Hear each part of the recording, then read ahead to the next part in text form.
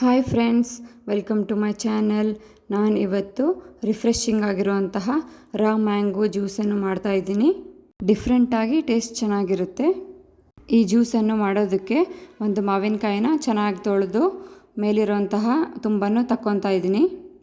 ನಂತರ ಮಾವಿನಕಾಯಿ ಮೇಲಿರುವಂತಹ ಸಿಪ್ಪೆಯನ್ನು ಪೀಲರ್ ಸಹಾಯದಿಂದ ತಕ್ಕೋಬೇಕು.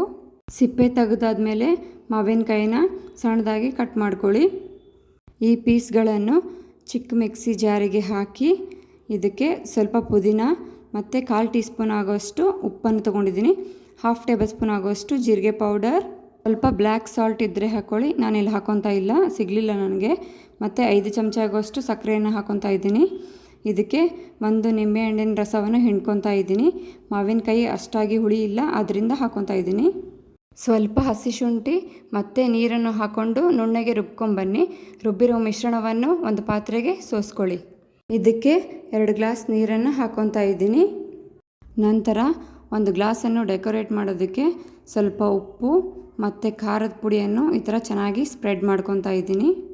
ನಂತರ ಒಂದು ಗಾಜಿನ ಗ್ಲಾಸನ್ನು ತಗೊಂಡು ಮೇಲಿನ ಭಾಗಕ್ಕೆ ನಿಂಬೆಹಣ್ಣಿನ ರಸವನ್ನು ಈ ಥರ ಉಜ್ಕೊಂಬರಬೇಕು.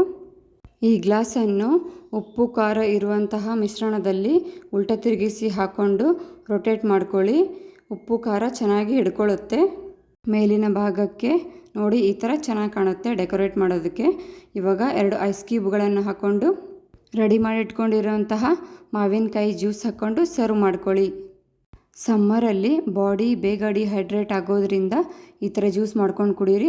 ಆರೋಗ್ಯಕ್ಕೂ ಕೂಡ ತುಂಬಾ ಒಳ್ಳೆಯದು ಮತ್ತು ಡೈಜೆಷನ್ಗೂ ಕೂಡ ಹೆಲ್ಪ್ ಆಗುತ್ತೆ. Thank you.